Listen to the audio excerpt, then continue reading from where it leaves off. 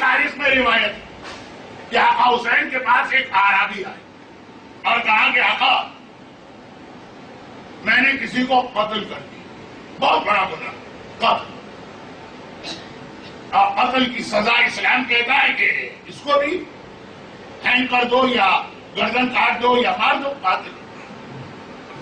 پوری زندگی اس کے خطرے میں۔ لیکن آقا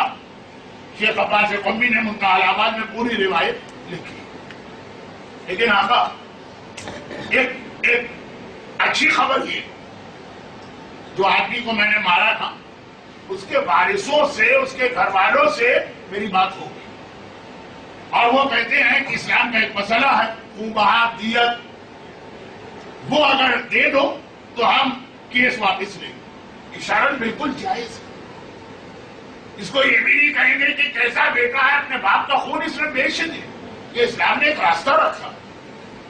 کہا کہ وارث ہیں ضد بھی کر سکتے نہیں بھائی تم نے ہمارے باپ کو مارا ہے ہم بھی تمہیں مارے، کہا نہیں ہماری بات ہو گئی ہے، وہ راضی ہو گئے۔ یعنی اب خلاصہ اس جملے کا یہ ہے کہ جو دیت،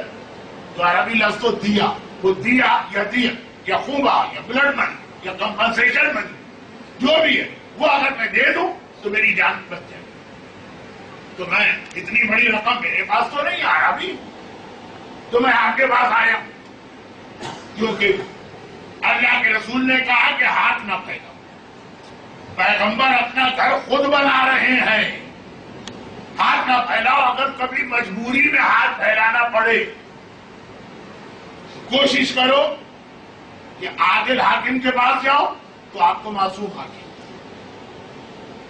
شریف کے پاس جاؤ آپ تو شریف نہیں بلکہ اس سے بھی بلند ڈگری پاس ہو،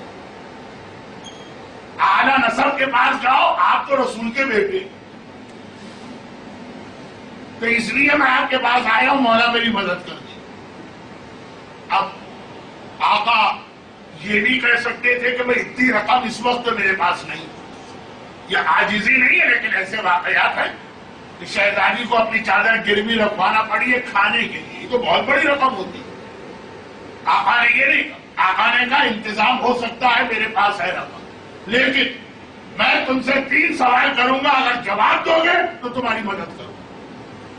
اور اگر 2 کا جواب دو گے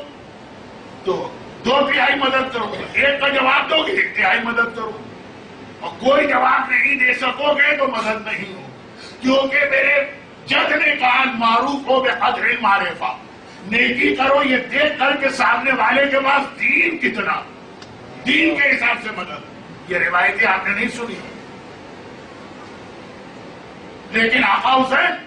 باقاعدہ اس سے 3 سوال کرتے، اس نے تینوں کا جواب دے دیا، تو آقا نے جتنا وہ مانگنا وہ دے رہے۔ یہ کیا، اس کا مطلب کیا ہے؟ وقت نہیں ہے کہ میں تفصیل میں جاؤں، بہت میں نے آج آپ کا وقت لے لیا۔